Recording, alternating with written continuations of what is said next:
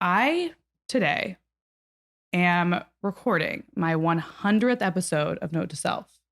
And we're in my apartment. If you're watching this on YouTube, I will actually put this up on YouTube. Hey, it's me and Emon. And I'm doing my own audio levels and like the lighting and the video and stuff, which I normally don't do. So I really am so sorry if this sounds like a little less official than normal, like when Josh is producing. Hi, Josh. He will be editing, so hopefully he can help me in post. But anyway, we're doing the 100th episode of Note to Self. This is a milestone, I feel. Yeah. It really is. I mean, you know me, how I'm like, well, it's just kind of actually a random number, but 100 sounds. That's cool. It's like so weird that you've done 100 episodes. 100 whole episodes. Whoa. Wow. Yeah. Unless I do have a panic attack every day that I post, or every week, I guess, when I put out a new episode. I feel like I should go back and count just to make sure the number's correct. Whatever. I get nervous. Anyway, so it's 100 episodes.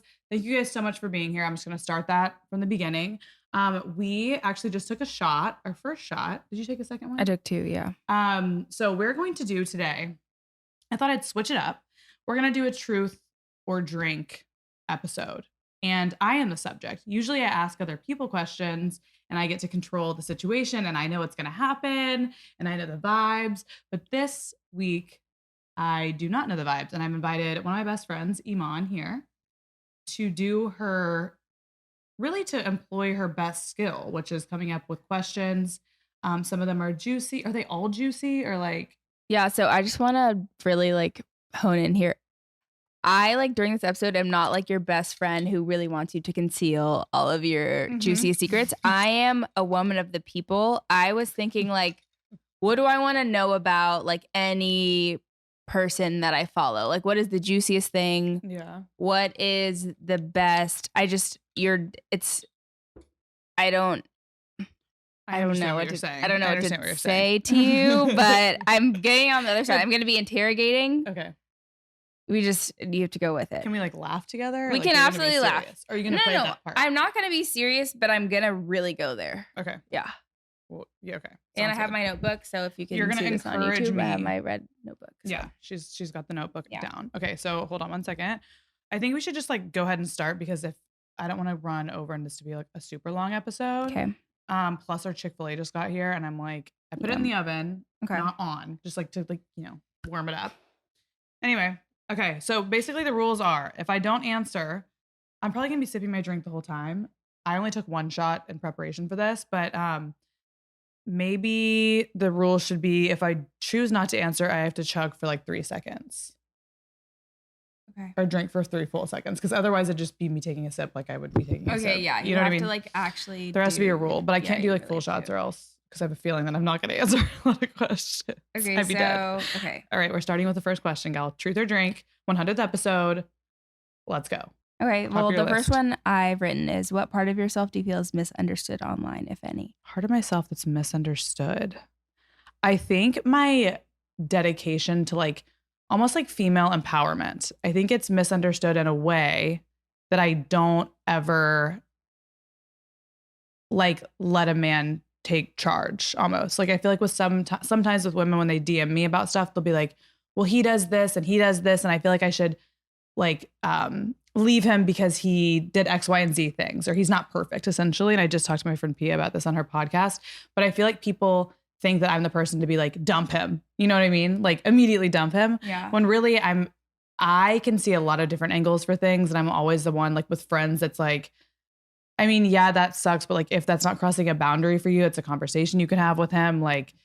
People are people, they're going to make mistakes. And unless it's crossing a boundary, men are fucking stupid sometimes. They're going to say stupid shit and do stupid shit without being a horrible person. but I feel it would come across if I was I'm the dump him girl, which I'm totally not. Actually, as your friend, anytime I've ever vented to you about a relationship issue, you're not not the friend that validates you. You're not. You're I could send you 8 paragraphs and you'd be like, well, did you tell him? And it's no, I just sent you the 8 paragraphs. I didn't tell him yet, but what do you think? It's yeah, I'll probably just let him know. Yeah.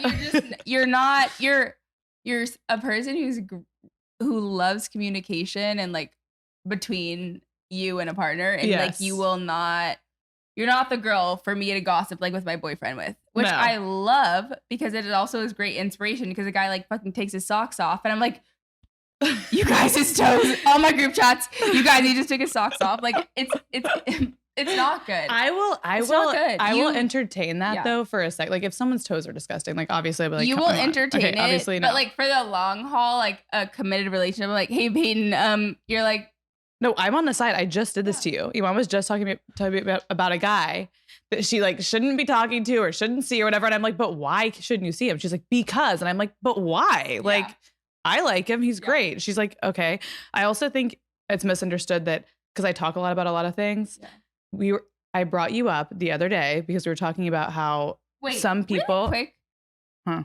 One of your podcast episodes, I was listening to just like as a fan, and I was listening to one of your ads. What was it? And it was for his and hers, or what's like called? lube or something? No, what's the brand called? Adam and Eve. Adam and Eve. And you're like, yeah, me and my friend Emon went to go get vibrators together. I was a fan and I was like, what? Why the fuck are you talking about my first vibrator experience? God, I would hate to be friends with an influencer if I wasn't already signed on. I didn't even like bring it up to you because I was just like, what? Well, I was saying on this podcast, or no, I was talking to my friend Pia about this, and we were talking about men and this whole thing. And I was like, my friend Emon actually brought up the other day, I didn't realize this about myself, but you were like, you actually do a really good job of not talking shit about your boyfriend and like venting about your boyfriend or talking about your relationship problems. I wish you would do it more. Like, I don't talk about my relationship. Like, if we have a communication error, I'm not going to like bring it to my friends and like pull the group because there's so much about my relationship that they don't know. But also, I think this can go the opposite, like wrong direction when like you're in a really toxic situation and you don't want your friends to dislike the guy. So like you hide him from everyone. Yeah. I would bitch about little stuff. Like I'd be like, he's being annoying or he's like playing video games. It's annoying. Like little tiny things, but nothing like real.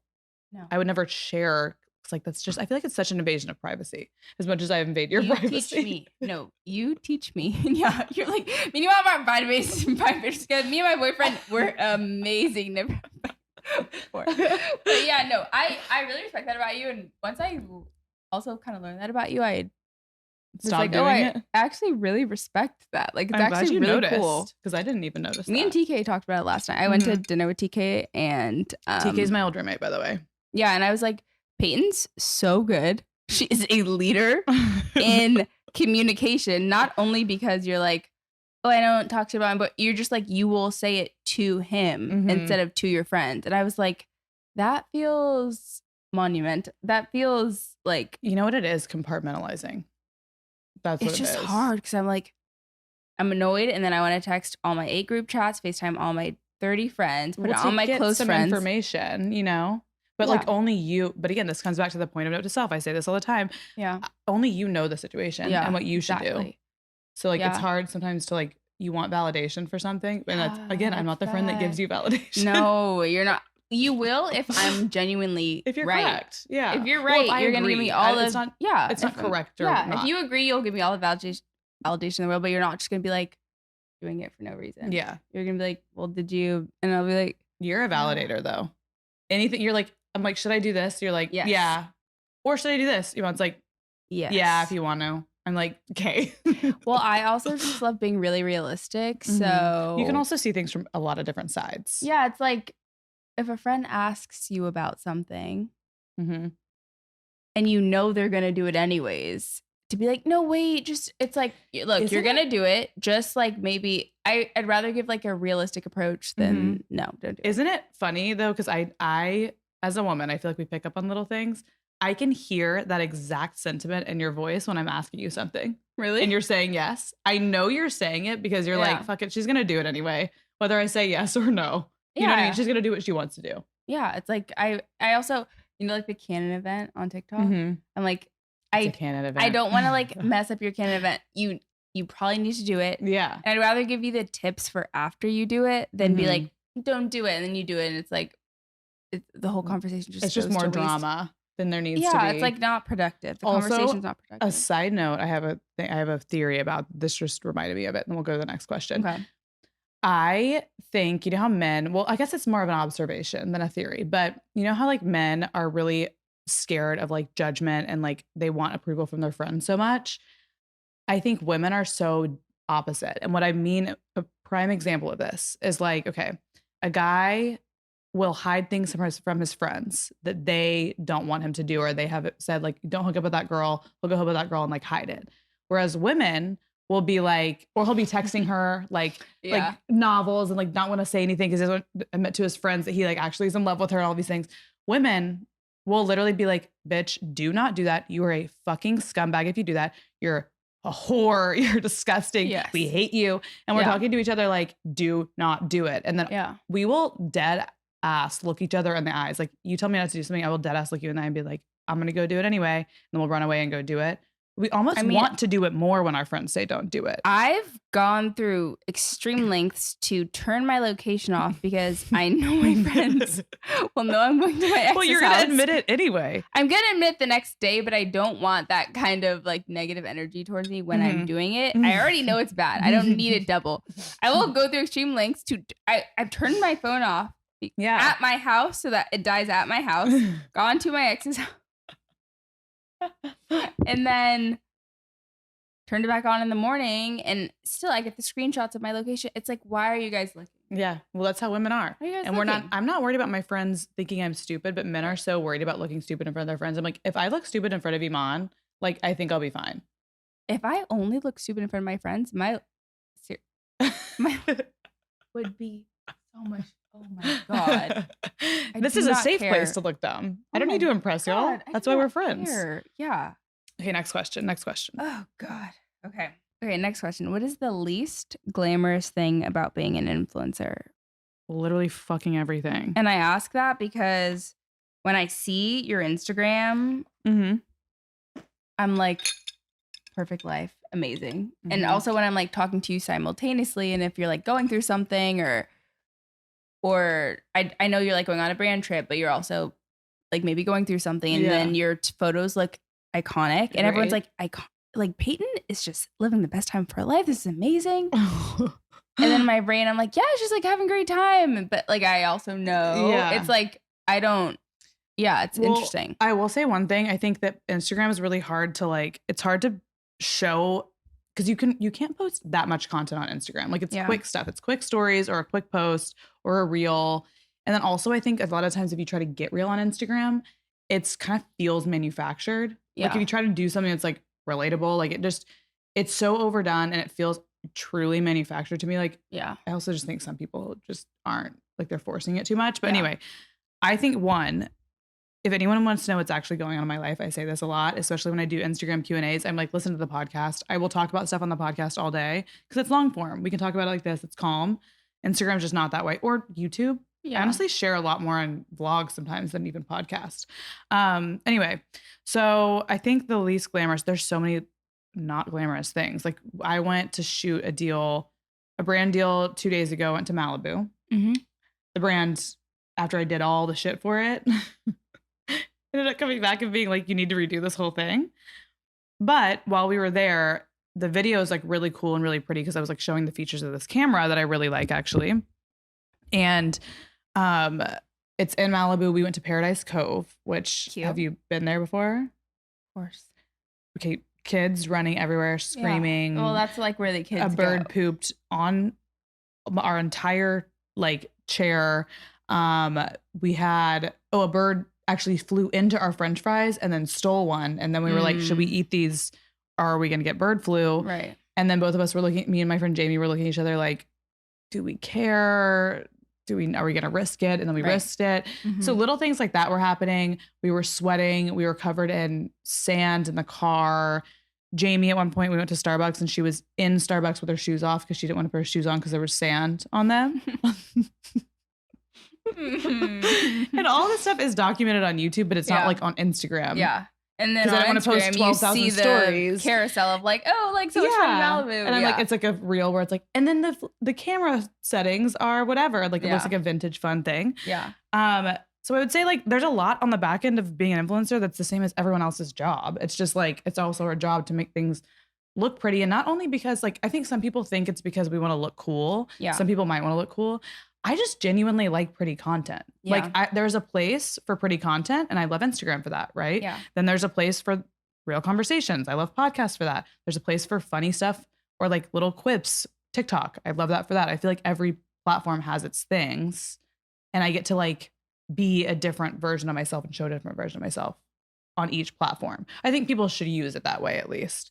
But what sucks about like some of it is like if someone just follows me on Instagram, they're probably like, this bitch is so boring. Like, where's the flavor? I'm funny. like, go to the podcast, scroll down a couple episodes. Yeah. You'll find some titles you like. It's just hard to put that on Instagram. Also, as Payton's friend, I can speak to something that's hard. What is it? Being an influencer is that every time we go eat, I have to wait for the photo first. That's hard for you. And it's hard for me Yeah. because I'm like really excited to eat, but Payton needs the photo. You got to get the photo of the food. I have to get the photo especially. first. Mhm. And that's something over the years that I think has really marked my experience and our friendship, and something that's been really hard on me. And no You've one's gone to therapy for it. But it's like no one's ever asked me, are you okay? Are you hungry? Are you starving? No one's ever said, Emon, are you fucking starving? So I would say yes. Yes, I'm starving. I would say yes, I'm starving. And I would say But then you're like, but the food is free sometimes. but it's like no one's really checking in on that. So I'm just really glad I get to talk about this right now. And it's that, yes, I'm hungry, I'm starving, and Payton has to take the photo. Yeah. And that's hard on It's not a hard just her. life. I'm not saying it's just her. It's hard on everyone. Well, you gotta work for your food around here. You know what I mean? Yeah, it's hard on everyone, and I don't know. That's just It's really hard for us. I will it's say hard on us. another thing about not glamorous about being an influencer is I spend a lot of time by myself in this house in silence. And everyone's like, she's must be living the dream. And I'm like, no, I'm sweating in my apartment. And everyone's yelling at me because the brands want everything right now. And I'm like, I actually had a brand yesterday. Oh no. Email me about, they always want an ETA for everything, ETA for the concept to be in, and ETA for the first draft of things, like estimated time. Basically. No, I know what it means, but it's like it feels like it's like, oh, you're on your way to dinner. Like, what's your ETA? Like the brands. No, I'll ETA. get a text about when my ETA is to send the email that I need to send. It's like over communication. Yeah. I had a brand get mad at me. Okay, for not. They were like, well, you really need to hurry up and get content in, basically, because it was due yesterday. And I'm shooting certain products. They haven't gotten me the products yet. Right. So I'm like, okay, explain to me how I'm supposed to shoot a motherfucking product that I don't have because you haven't sent it to me yet. And they're up my ass about this fucking product.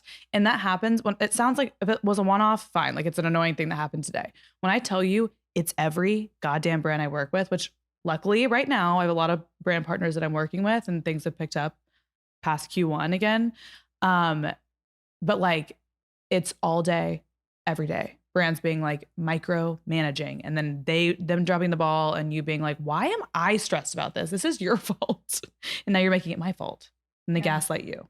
I feel like I work in like, sometimes I try to avoid corporate world so much, but some of the shit that influencers have to do nowadays is corporate work where we're sending in concepts, going to unnecessary meetings, like touching base so much. I'm like, it's a fucking TikTok. We're not curing cancer. Just what the base. fuck? Well, you sent me a brief with very specific details, and now you want me to. I'm at the beach. No, I'm. What do you want me to do? Touching base. I'm at the beach. I literally like.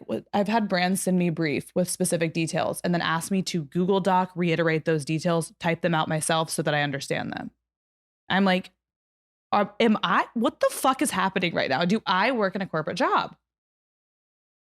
And I'm sweating. And I get no benefits. For $1 a day, you can help Payton fund this life that she has. You can help me fund my health insurance because if I'm working a corporate job, I better get benefits. Yeah. All right.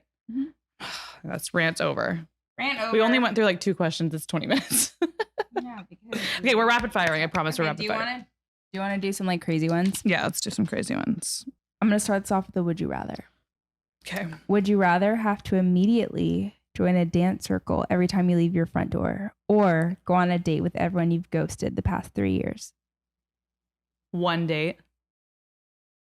One day with everyone you've ghosted the past 3 years. Yeah. What does ghosting mean? Like that I actually promised them something, or like You just stopped responding. well, I don't give my number out a lot, so I think I'd rather do that. So let me clarify. Anyone who's DM'd, texted, you just not respond, you have to go on a date with them.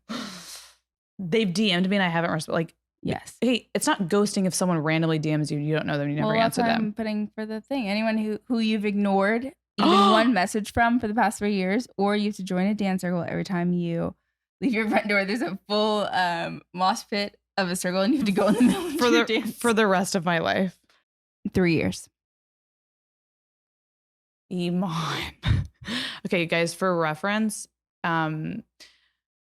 if there's something in life that scares me as much as being skinned alive, it's being around, witnessing, being a part of a dance circle or a dance off. So that's why this question is really hitting me pretty hard right now. I don't know. Everyone I've ignored, like including the old man I was explaining to you today, he's included. Everyone's included, yeah. Okay, I guess I have to do the fucking dance circle because at some point it'll get. Funny. I will like have an it's like a what's it called? Exposure therapy. Yes. Yeah, I'll get used to it. All right, let's get into the good stuff. Mm-hmm. Would you get back with your ex if he called you right now? He called you. He said, "Payton, I want to get back right now." No, and I have to do it. No questions asked. You can ask some questions. You can go visit, but you have to tentatively say yes or no. I can go speak to him in person and go talk to him. You have to say tentatively yes or no, and then you will go speak to him. Oh, fuck, that's hard. Because if you were gonna say no questions asked, I'm like, obviously no. What the fuck? Come on, the time's ticking. Either drink or answer it. I think my true answer is I don't know. And when have I never had an answer? You can't yes or no or drink.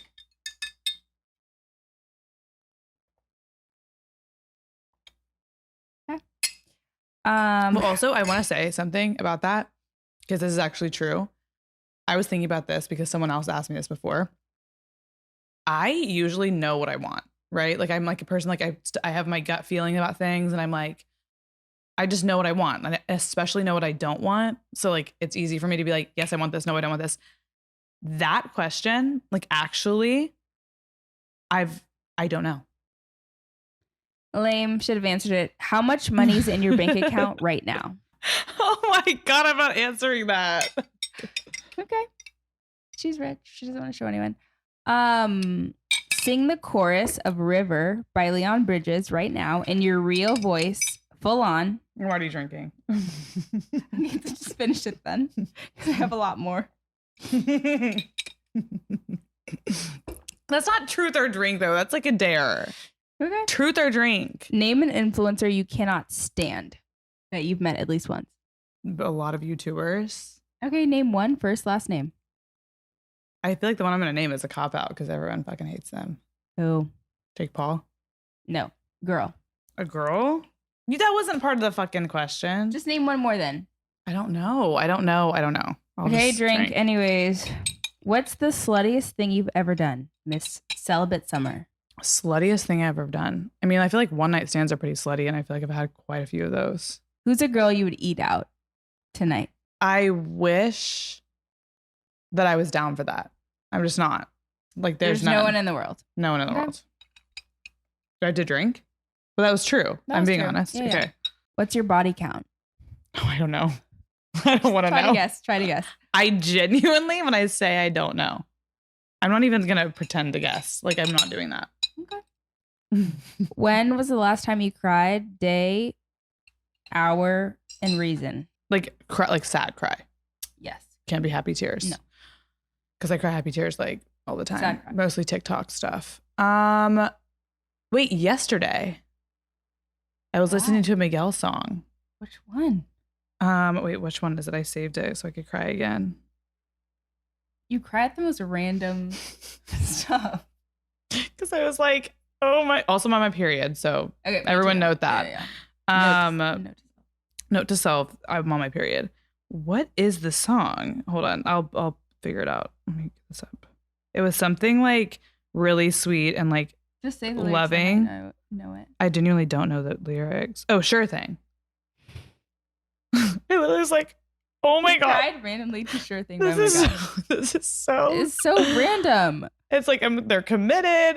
They're like the whole thing. I'm like, even when it's hard, like I'm literally in my car crying with my sunglasses on. It's so sweet. What are the Instagram handles of the last 4 people you slept with? Obviously I'm not gonna fucking answer that. Why am I acting like I'm gonna answer that? I was like, why is she hold on. Which family member are you closest to? Who do you have the most strained relationship with? Which family member am I closest to? I'm close to various family members in different ways. I feel like I'm not one of those people. I've noticed this about myself, and I've noticed this about you kind of too. You do this. When I have a connection with someone, I don't need to talk to them every day of my life. Yeah. And like, even like when I moved away, we didn't really talk that much, but it wasn't like I came back. When and you don't live in LA, we don't talk. And then you come back, we're like, oh, hey, what's up? Because I'm also, Emon and I live less than 10 minutes from each other on the same street. Like, when we see each other, we see each other. What's up? Okay. So probably closest, I would say my mom, my grandma, my grandpa in a different way, and Brooks. But they're all Who's your brother? Yeah, my brother. But they're all different. Like it's like we just have like a connection thing. Also, my mom, usually I would talk to her all the time. Lately I've like been MIA, not speaking to anybody. Like she texted me the other day for the first time ever in life and was like, your dad and I really want to get scheduled to get on like your call list. Like, can you give us like a little update on your life? Scheduled. I'm like, okay. Because usually I talk to my grandma like at least once a week, sometimes once every 2 weeks. And then my mom, like I would talk to a lot. Like, I went through that phase where you just call your mom randomly. You're like, hey. Yeah. And they're like, stop talking to me. Anyway, so I think that's happened. Strained, I would say my mom also, or my dad. Why? I think that just happens when you're really close to somebody, like, especially because I'm the firstborn. And I always bring this up, but in a military family, things just operate differently. My mom was 21 when she had me. It was me and her for like 4 years almost, just us, because my dad was gone. Because that's what they do in the military is they leave. Right. And I think that like we almost, in a sense, even though she is 21 years older than me, kind of grew up together. Like I was with her through her entire 20s. You know what I mean? And I'm her firstborn. So there was a lot of pressure placed on me in general. And then like, I think when you rely so heavily on someone, you almost like take more things out on them.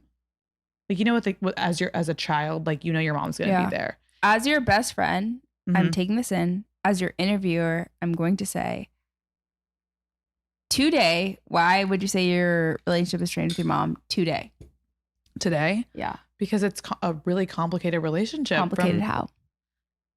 Because of everything I just said. Like, there's so much, like, I think your parents inadvertently can impart so much trauma on you based on things that they don't even realize they did or remember. Yeah. That's so real. It makes me be like, So what trauma would you say?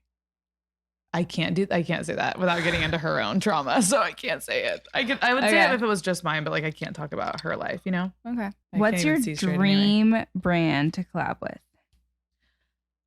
Honestly, I'm about to work with one. And I've worked with Nike for the last 3 or 4 months now, which has been great. I would say Nike and then Chanel, which is another one. Love. What's one thing? Oh, wait, Rolex. Yeah. Rolex girly. What's one thing you've learned about yourself post breakup? I'm softer than I thought. Yeah. It's like, nice to see too. As a friend. I know. Well, I also have like so much love in my life. Like I have so much love that I have to give. And I didn't realize that until the subject of the love that I was giving was taken away. And then I was like really pent up and I'm like, why am I so pent up? And I'm like, is it pent up energy? No, it's just that I have so much love that I want to like give somebody, but like it's not, I don't have a subject anymore. Yeah. And then I was like, that's weird. I didn't see myself as that person. Yeah. Me You know? neither. No one did. No one did. None of us. None of us. What's your current go-to Postmates order? Chick-fil-A. I've actually been ordering a lot of Chick-fil-A, which I fucking hate because I know there's a lot of controversy with Chick-fil-A. We did order Chick-fil-A tonight. We did.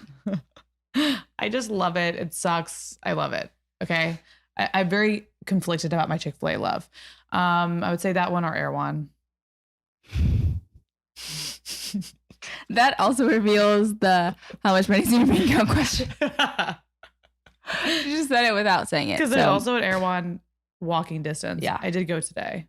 Take 5 shots or tell us if you have over $20,000 in your bank account.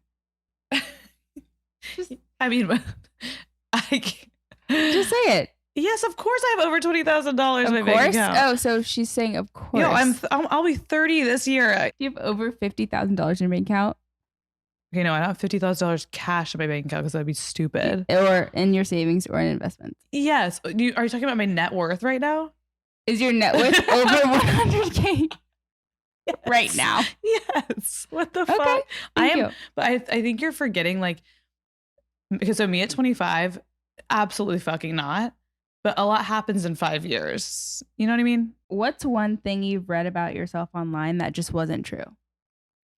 I can think of a couple because here's my thing. I read Payton's Reddit thread so that she doesn't have to. Yeah.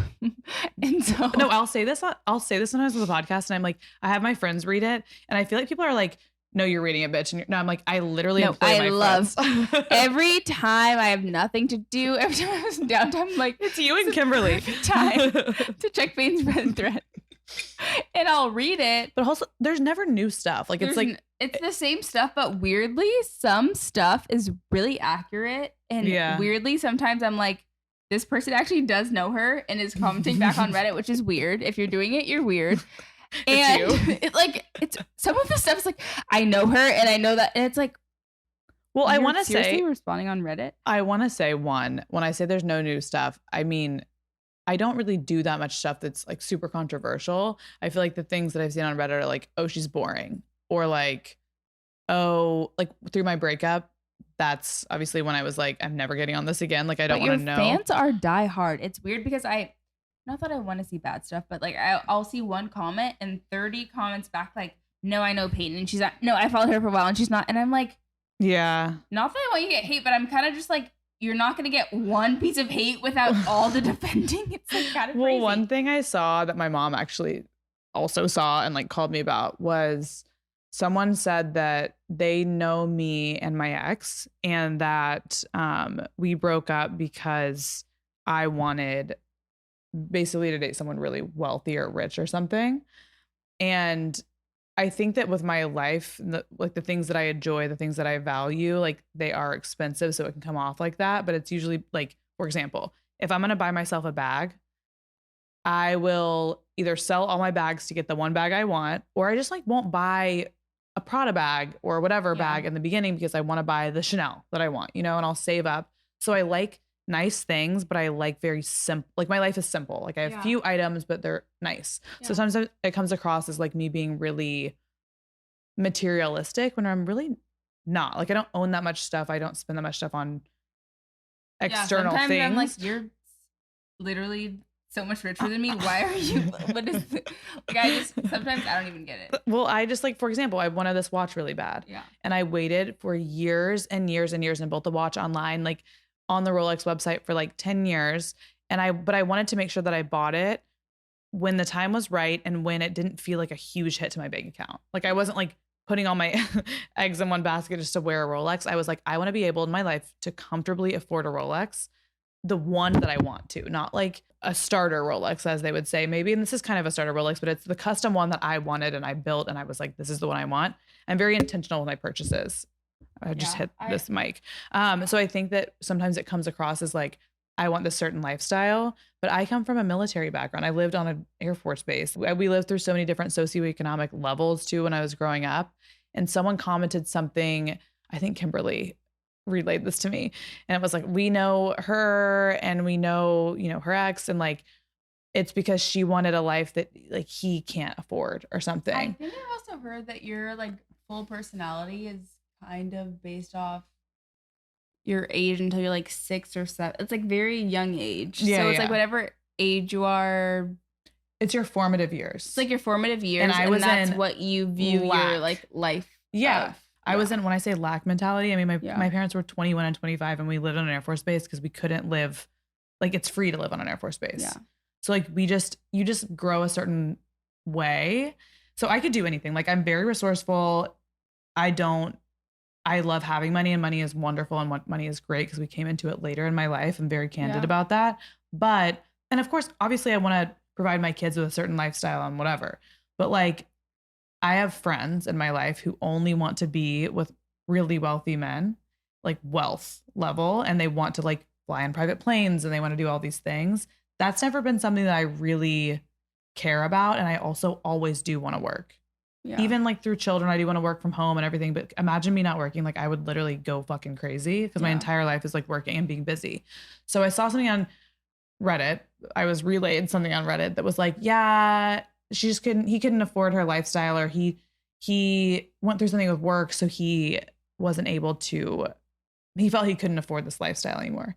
And my mom saw it on Reddit and she also texted me and was like, who the fuck did they think you are? Like I'm a very independent person. I do want someone to match my level of like match your flag work ethic. Yeah. Because I do want to be partnered with someone who can provide my children with a great education. I want my kids to be able to travel when they are of age. Yeah. Because I want them to see the world and I want them to like not be afraid of other cultures. Because I think that just not be ignorant. You know what I mean? But they don't need to be like, we don't need to be like buying them. Like my kids are not going to wear Gucci. Yeah. Like they're children. They're going to wear fucking Gucci. Are you kidding me? I can't wait to have nepotism babies. I'll put that on the record. I really want I'm realistic. But here's the thing.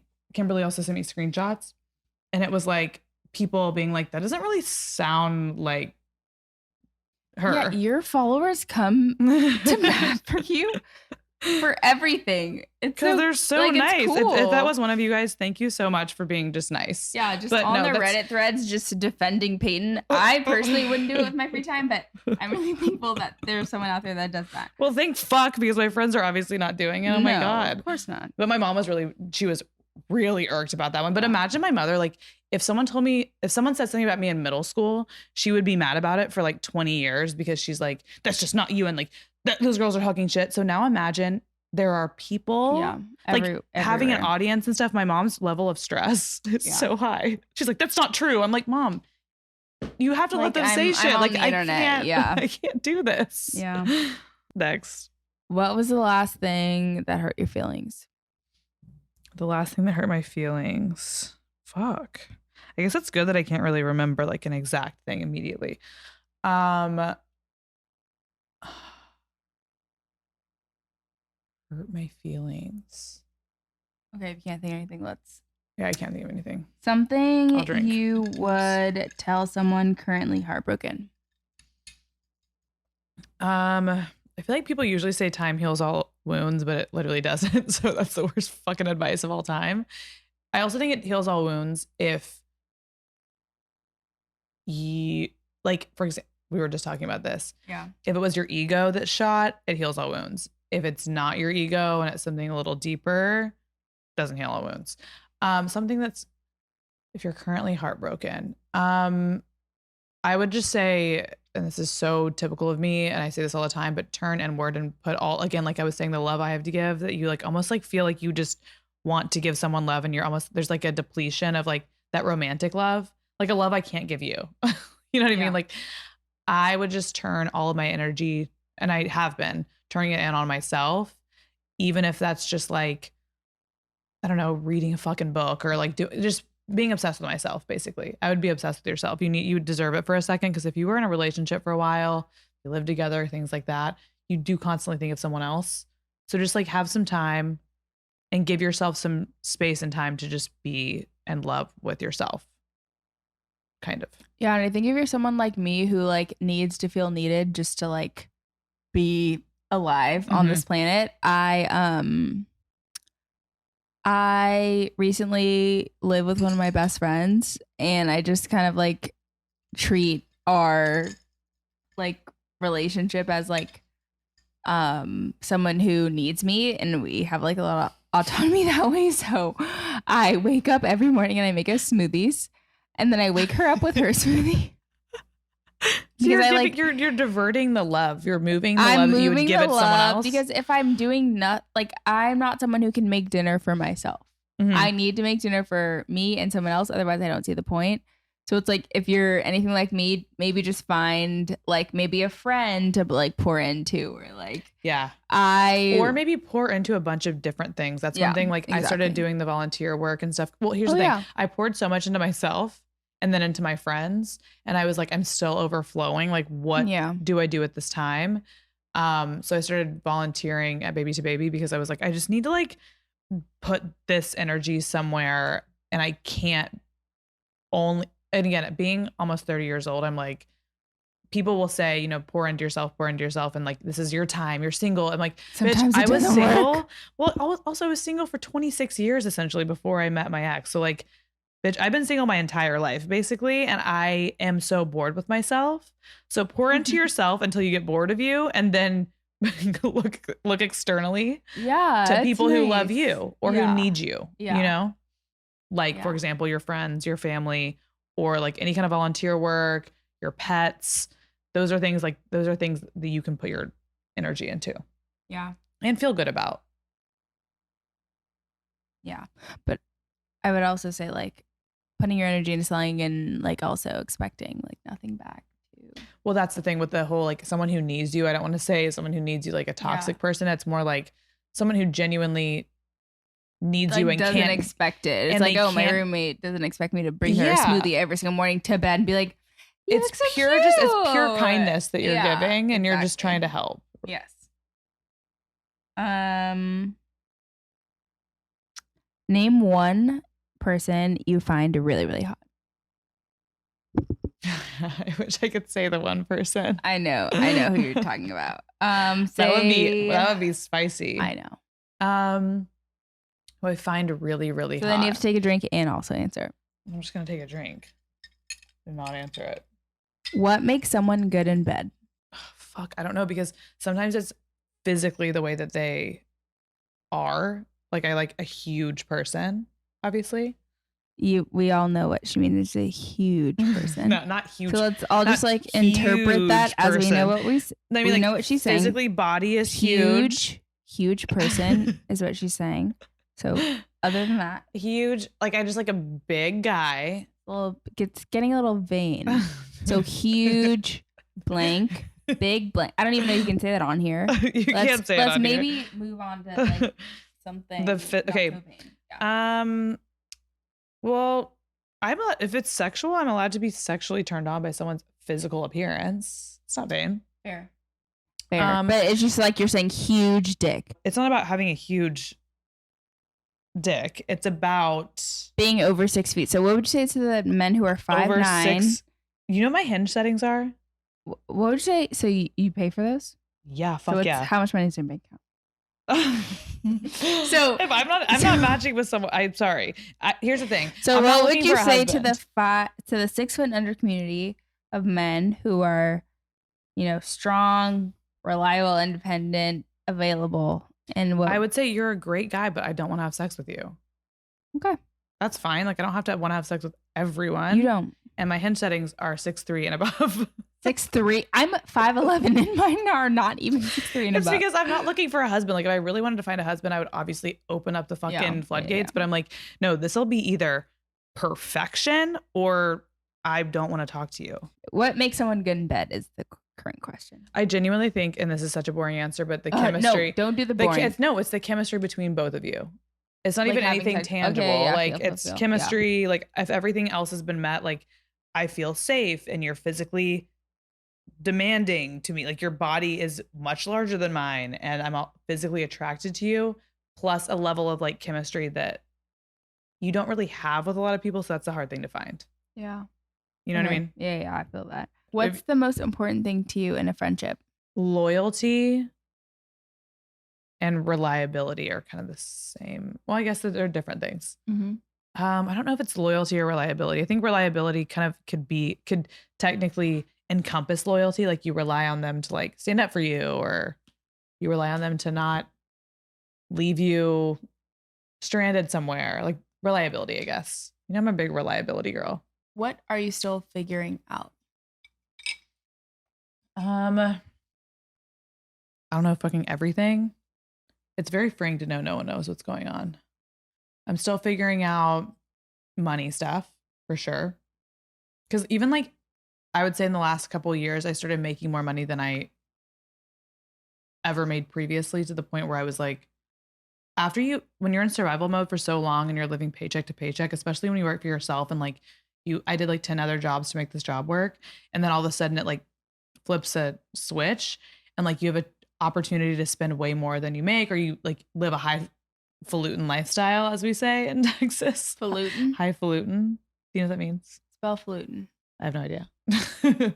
Like highfalutin. Like flute plus N? Yeah, well, falutin. There's a lot of different sayings we have in Texas. Highfalutin, like you're a yuppie. That's another saying. It's your. The only other thing that came to my mind was too big for your britches.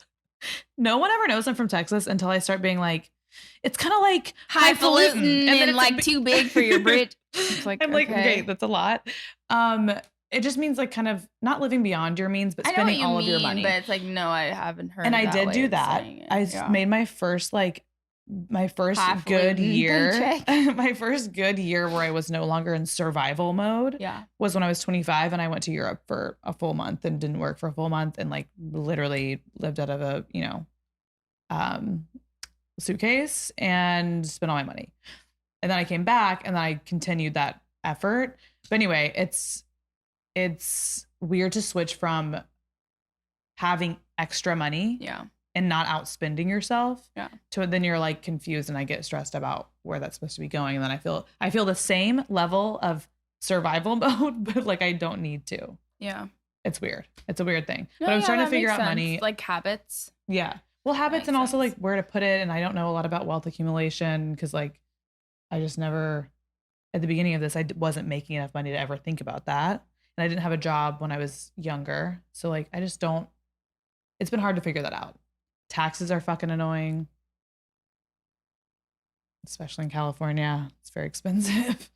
So yeah, anyway, figuring all of that money stuff out has been something that's important, but it's also something I don't understand. And I have someone who manages money for me. Yeah. And even though he makes me money and he's like trying to help me, I actually ghost him all the time. And he's always texting me like, Payton, I'm not the IRS. Yeah. Answer this. Like I'm trying to help you. You don't actually want to like deal with. No, I don't want to deal with it. And it's good. It's a positive thing about money and it still stresses me out. So I think money is really stressing me out lately. Got to figure that out. And I need to figure out my self. I think going into my 30s, I'm just you turn over a new leaf in life. Yeah. But I don't mean for that to like sound so. Turn a new leaf in life. I just went on a trip. That you're saying this because I'm not turning 30 and it feels like act like you're more wise than me. So there's something you can say like, I'm confused. Is there like something you could say to people that aren't turning 30 and think that you're saying that you're more wise? No, I was just going to say I went on a trip recently to Cabo. It's that one I went on very recently. And there were some women on the trip that were like 35 plus.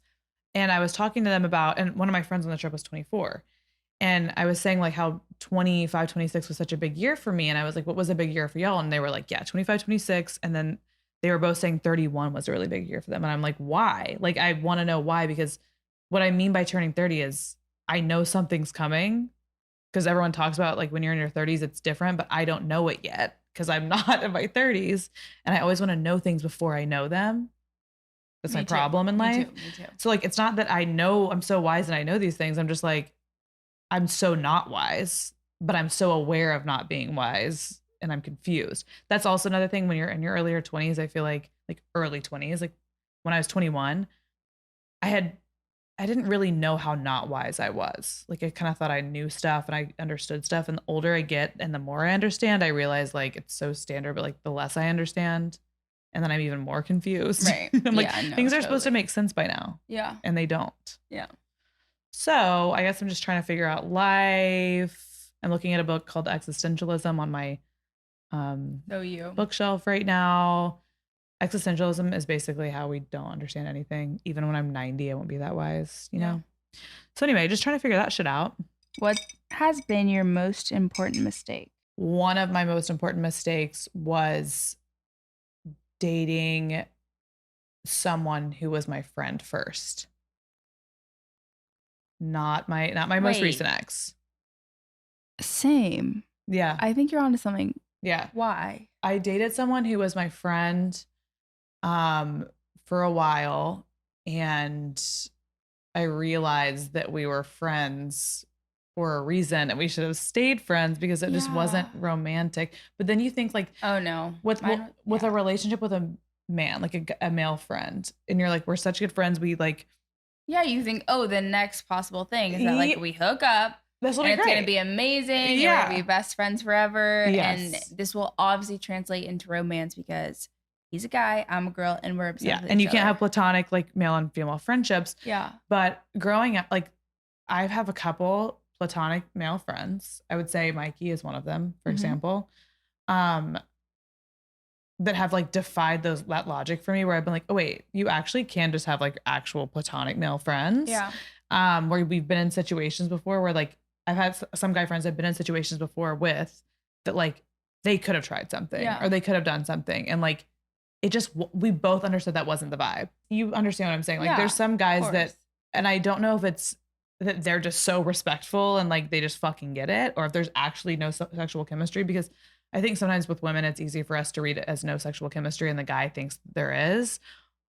I don't know what it is, but anyway. Yeah, no, my best guy friend, I've slept in the same bed with him like 100 times because when I was 19, he was like a little bit older than me and he has his own apartment. So it's like after we're going out, we're getting drunk, I'm not going home to my freaking parents. Like, like I would sleep over and we'd be sleeping in the same bed, and then I would like got a boyfriend. He was like, do you guys like? And I was like, no, we sleep in the same bed. We're drunk. And he's like, what? How? I'm like, because it just, you guys do what? And I'm like, no, it's not like that. It's like I just don't want to go home. And it's like, do you feel like though if you ever tried anything with him, he would be down? That's the problem. Is like I know if I like with some of my guy friends, like I know if I really tried, like they'd be probably down to bang. It's weird because I don't know. It might be controlled by us. It's I'm probably not sure. Controlled by, if I came on to every single one of my guy friends, I don't know that I couldn't hook up with all my. I don't know, but I don't know that I couldn't hook up with we don't know. But here's the thing: you don't want to try, so we don't want to figure that out. You don't want to know, but you've set the boundary so strong, and they've respected it. And they've respected either they don't want to fuck or they've really just respected it. And we'll never know what the difference between the two because I'm never trying. We're never testing it. We're never testing it. I thought about that. Okay, next question. Let's do like two more. Are you on good terms with your ex? Define good terms. Or I'll ask the same question again. Are you on good terms with your ex? Yeah. Yes. We're not like friends. Like I wouldn't like text him and be like, "What's up?"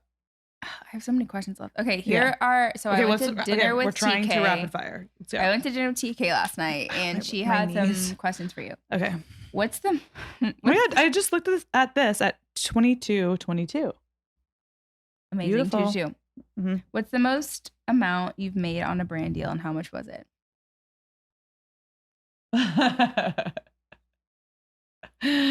I'm just gonna drink. I just don't want to say it's kind of embarrassing, and it seems. Who's the most famous person you've ever slept with? I'm gonna drink again. Fuck you. Okay, my next question is. This is what happens when your friends come up with these questions, because I'm obviously gonna ask stuff that everyone wants to know. Mm-hmm. So next, what's your favorite thing about me, and also what's it like to live in my shadow? About you or TK? Me. Oh. This is my question. What's my favorite thing about you? Probably your boobs. Thank you. And to live in the shadow of Emon's boobs, like literally just maybe even her left boob. It's like the biggest shadow you've ever seen. Yeah. And sometimes it's hard, but you know, one thing that I love about living in Emon's left boob shadow is even just her left boob could get us into a lot of places for free. Yeah. So the hardest thing, I guess, is that I have to be like, oh, look at us. We need help. Get us into this club for free. And then my ego takes a little bit of a hit for that. But I never take an ego hit from having hot friends. Yeah. It's just that sometimes when a man like pays for my stuff, I do have that hyper independent mindset sometimes where I'm like, oh, I could do it myself. And I have to train myself to be like, but why would you waste your money? Yeah. When you could just play the part for a second. And, you know what I mean? Yeah. Just get my ego out of the way. That makes sense. You know? Describe your perfect day. I wake up in New York City and I go get coffee. Where? I just like, I love Ralph's, obviously. Like the grocery store? No, in New York. There's a restaurant or there's a coffee shop called Ralph's. It's like the Ralph. It's I was hoping there was a different. Yeah. There was a different explanation. I like Ralph's just because for the aesthetic of it all. Honestly, I would just probably walk around New York all day and shop and go eat food. Probably lunch by myself. And then do more shopping. And then I'd lay. And then I'd get ready for a really good meal. Preferably with someone or like a group of people that I love.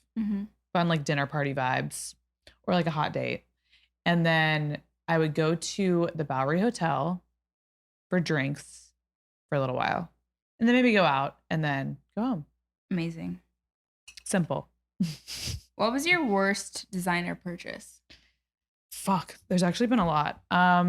Well, I lost a Chanel bag recently. Did I tell you that? The tan one from the Real. No, I would fucking, okay. I would die. I thought. I would die.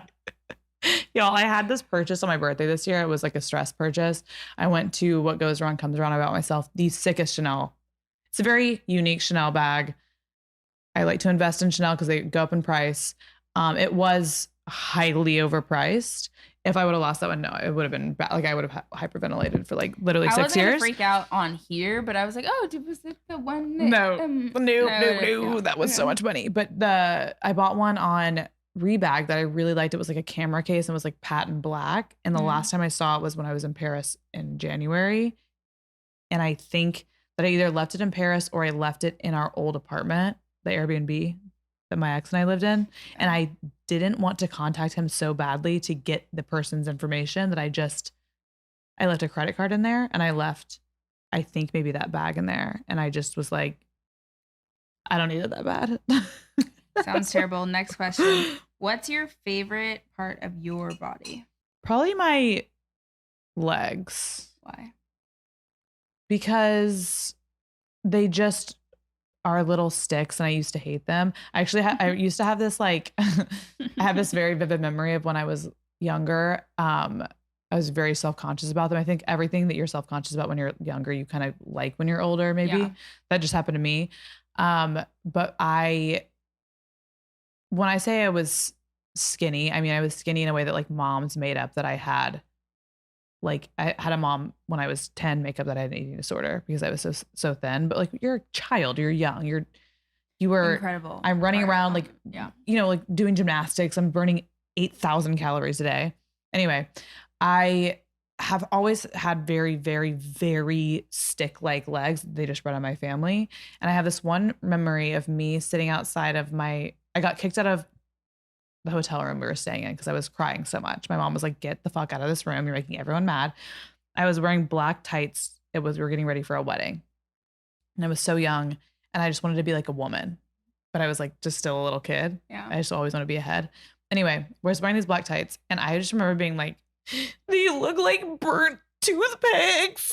Like when I say sobbing, like, you know, you like violently sob, like you're coughing and your snot's coming out. My mom's like, she's looking at me like you are insane. And again, every time I've ever done this about something, it was about various things on myself. And my mom was like, when you're older, you're going to appreciate this. And I'm like, but I don't right now. Like, because girls had already started their period. They had like boobs. And I was like, what age did you start your period? It was the day before my freshman year of high school. What? Well, what? Almost 15. Okay, yeah, same. Yeah.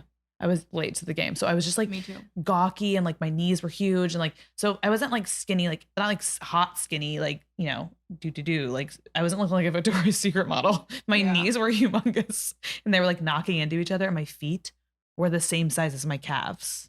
It was such a weird situation. So I just was really upset about it. Yeah. Really upset. I was like really awkward. And now now I remember that and I'm like, oh, cute. Like that was fun. Yeah. Not fun, but like I'm happy now. I'm happy now. Yeah. It's not something to complain about. That's one of those things someone would complain about to me and I'd be like, fuck off. Like literally fuck off. So don't tell me to fuck off. I'm sorry. That was a actual experience I had in my life and it was traumatizing at the time. But now I'm like, obviously it wasn't that big of a deal. Because we're happy now. So drama. We're happy now. Back then. I mean, the burnt toothpicks, I remember looking down. I just had this like, I was in like a Holiday Inn like hallway. And I just remember being kicked out of my hotel room because my mom was like, we're all getting ready. Shut up. Stop crying, sobbing. So I'm sitting outside with this poofy dress on and my two skinny twink legs like out of my dress. And I was just looking at them like, no. Also, you know, when you're trying not to cry and then you make the ugliest face ever. When I say again, violently, there was snot coming into my mouth. Like that's how mad I was. And like, I can't do anything about, why am I crying about this? But so that level of intense hatred has turned into like, oh, okay, it's my favorite thing about myself. Yeah. All right, sure. What's a part on your body that you're insecure about? Always my stomach. Why? Because I feel like, again, it was always this thing of like, I always just saw women as being looked at it. Like we all saw this growing up. Like women were supposed to be this one way. And especially through like high school and all this stuff where like in college when the Kardashians got big and all of that, like they were supposed to be shapely and womanly. And for me, I do have boobs. So there is a curve of some sort, but I have a very straight body. And I always wanted like more of a waist in my life to like be cinched rather than be like boxy. So for me, aesthetically, that used to get in my way so much. Now I would say like, yeah, it's something I don't necessarily quote unquote like about myself, but I've kind of at this point gotten over it. Like you just fucking deal with your body the way that it is, you know? Yeah. You should be healthy if you can. And you know, you also work out a lot. I work out twice a week. Yeah, that's a lot. That's a lot. It's a lot for Emon. Yeah. Anyways. I work out as much as I can twice a week. When was the last time you spoke to your ex? With our mouths or like with text, with like words, with digital? Any communication, any form of communication. I have had a brief, very brief situation digitally yesterday. Okay. All right. No follow-up questions, please. What is your superpower? Permission to brag. My superpower. I think I read people pretty well.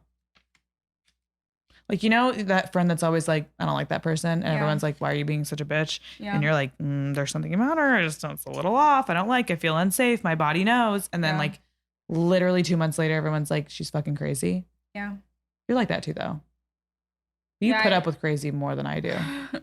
You kind of are interested by crazy. I would say we both either make very fast friends or are not friends with people at all. Like if we're going to be best friends, we're going to be best friends in the first 10 minutes or we probably won't connect. Yeah, that's how Emon and I met like we were going out with friends and we met like at a club and then we both were like, we'll be friends forever. And that was when you were 18. Yeah. And I was 21 years old. Yeah.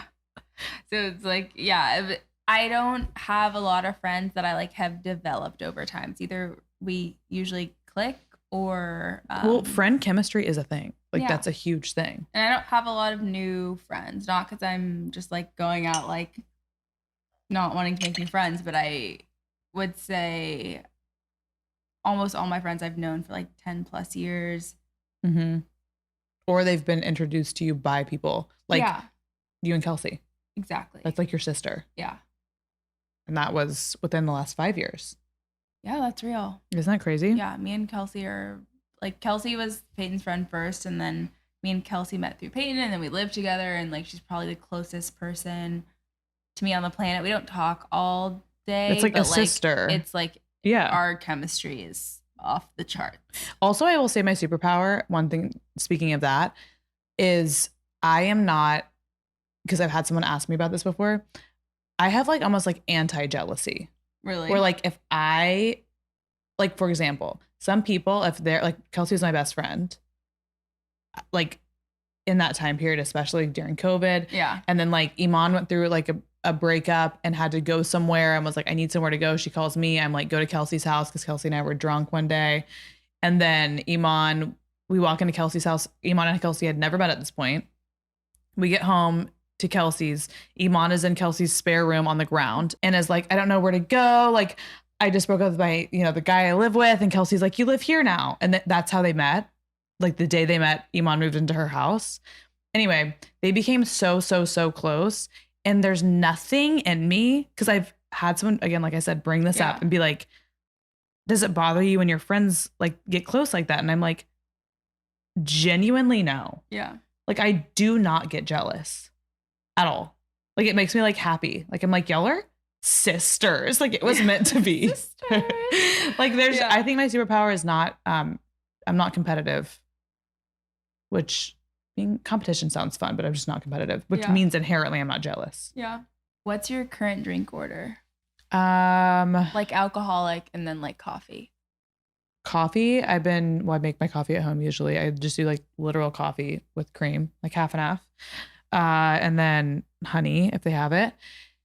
Drink order, it depends on if it's a vodka night or a tequila night. But both basically it's just like vodka or tequila, soda water, lemon. How much of your apartment decorations were a brand deal? What percentage? I don't know the percentage. I can say the couch was a brand deal. Okay. The rug. Mm-hmm. And some of my stuff in my my bedroom, like my side tables, my lamps, and a mirror that's going to go right up there above my little entryway table. But mostly everything I paid for. Nice. Unfortunately for me. Okay, who would you say is your best friend and what's one thing about them that you love? I think Laurel's an easy person to point to because she's been one of my longest term friends, besides my friends from like middle school, high school, like all that stuff, who I've kept up with the longest. And also I think there's something to be said about college friends. Like you just go through like that 18-year-old phase together. College is so weird because you obviously are like all congregated in one area and you're all the same age and you're all experiencing the same thing at the same exact time. And Laurel and I met move-in day of freshman year. And honestly, at first I wasn't like super about her. I was like, who's this girl? And anyway, what was the second question? Why is she? Yeah, like what's just like one thing about her that you love? I would say she's just a really, really good person. Like a really good person. And I've since become really good friends with her friends from like her growing up and home. And like Kimberly is one of them. She's been on the podcast 4 fucking times. It's Laurel, one of Laurel's best friends from high school. But like, it's because they all carry the same level of being incredibly smart, being really fun, and just like girls at the end of the day, but also inspiring and non-judgmental. Like I could literally say anything to these people. Also, again, like I said, there is something to be going through being 18 and having freedom for the first time and all the stupid shit you do with that freedom. Your freshman year of college, especially, we all did the same building. We literally like Laurel and I lived on the same floor. I was in her bed like all day. Like she had 4 roommates or 3 roommates. I had 3 roommates. And we'd always just be in each other's rooms because you could just walk across the floor and be there. Eating freaking pizza rolls and just like venting or doing whatever. So that time period, I think you just get really close with people. And she's someone who stood out for me always, is because we just always got along, had the friend chemistry. And again, did the dumbest shit together where like, you can't even repeat this in public, but we did it. Yeah. We both know about it and no one like judged each other for it. Yeah. Tell your audience one like of your craziest nights out that you normally wouldn't. I did do an episode about how I got arrested for a PI once. Yeah. Oh, public. Yeah. Do you one like in LA, like in the past year that you just never thought you'd share? Well, this one isn't in the past year, but I feel like it's just like a good quintessential going out one. So some of I've kind of talked about this. I think I referenced this one time, but it wasn't one of my favorite nights where we went out with a group of guys. One of them is like a musician of sorts.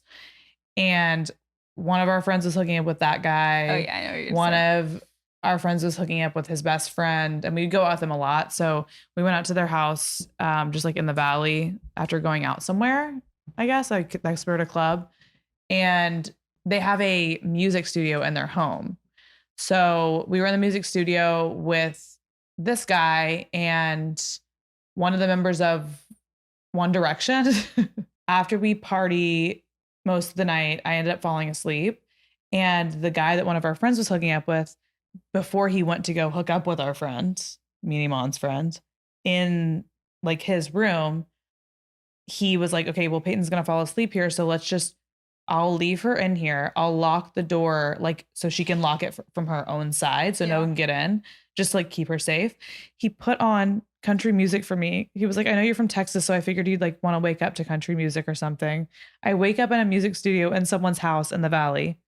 And that's the day that I went and grabbed 2 or 3 crispy Bud Lights from the fridge and like went and walked them over to one of our friends and the guy and hung out with him. And then we went up to the other guy's room and brought our other friend a beer. It was like this weird family situation, but also I woke up in a music studio. It's hard to follow. But anyway, that's a night.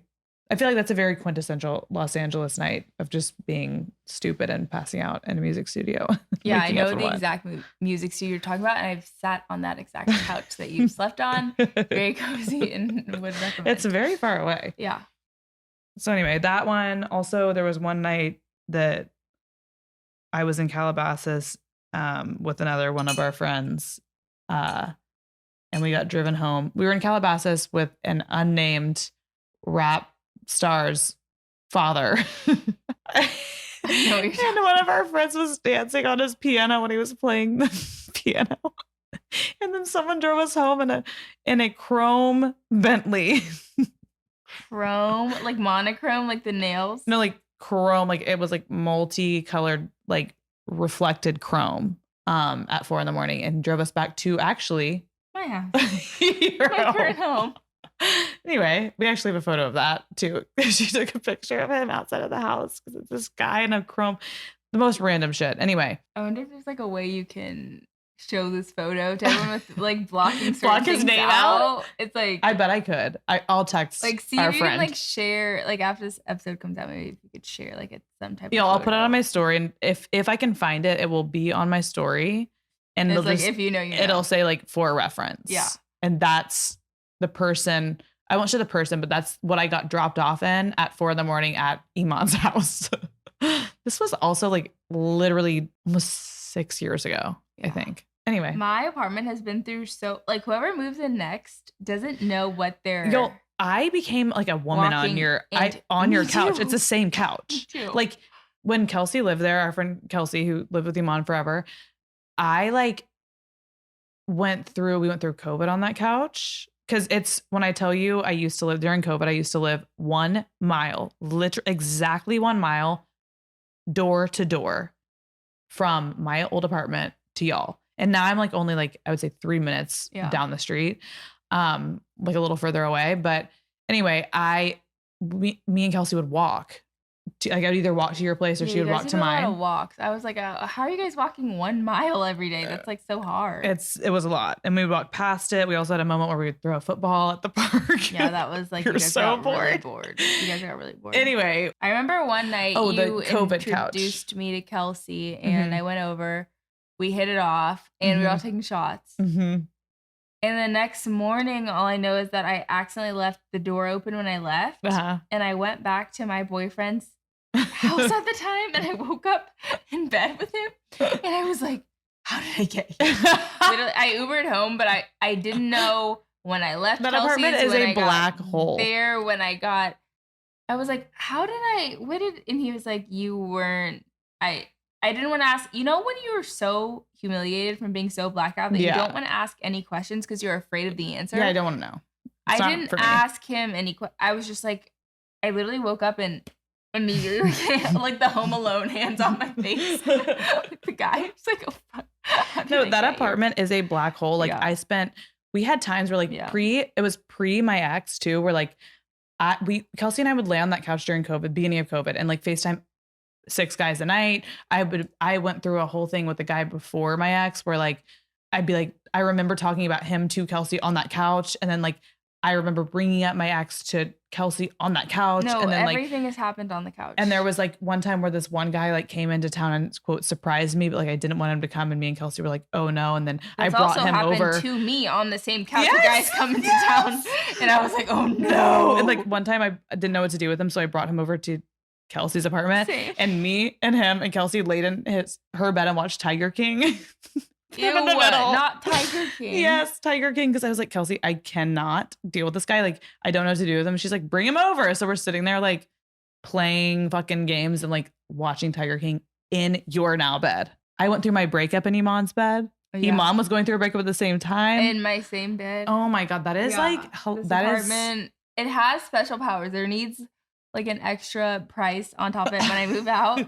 That's like, you are really stepping into a powerful. Specifically that couch and that bed. The couch and the bed. Everyone's done everything. Yeah. That's a good truth or drink. I'm glad we ended up with a big rant. This episode is going to be 2 hours long. And I'm glad you could ask me the questions. And my Chick-fil-A is still waiting for me. Oh, yeah, I already ate mine. Well, I think this is a good thing to do a 100th episode in this way, because it's so much less structured than I normally do. And it's so much less like listen to my wisdom. It's more like I'm directing my motor skills. I can feel them going. Yeah. My mouth is moving so slow. So Payton, what do you think about Okay, well now we're probably just going to drink a little bit more and you know what else. But anyway. Hopefully just go to sleep. I really don't want to text. You have to take my phone. Are we getting to that level right now? No, I'm saying if we drink more. Okay, yeah. Well, because we know the dangers. You know what I'm actually really good at not doing too? What? Drunk texting. I don't know how. Payton has never sent a drunk text to any of her exes. The second I have one sip of alcohol in my brain, I have like a That's a Raven vision. I immediately call one of my exes, one of my ex situationships, and I'll do it to a situationship, to someone I actually respect and like genuinely cared about and respected as a relationship. I don't. But like to a fucking random guy I want attention from? Yeah. No, all my exes, no one's off limits. Sometimes all I say is, hey, and they just already know. Sometimes I call, hey, what's up? They just already know. What are you doing?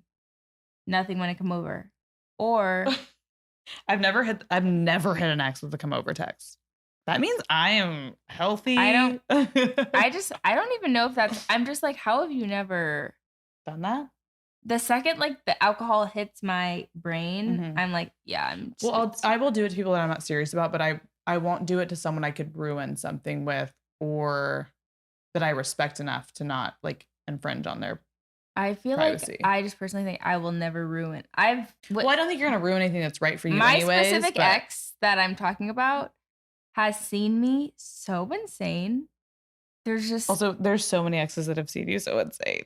Any ex that's like actually fucked me over, I will never talk to again. Yeah. Which is kind of like any of my exes that actually it was like, oh, that wasn't cool. I've never heard from me since the breakup.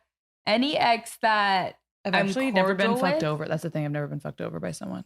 It wasn't recording anyway.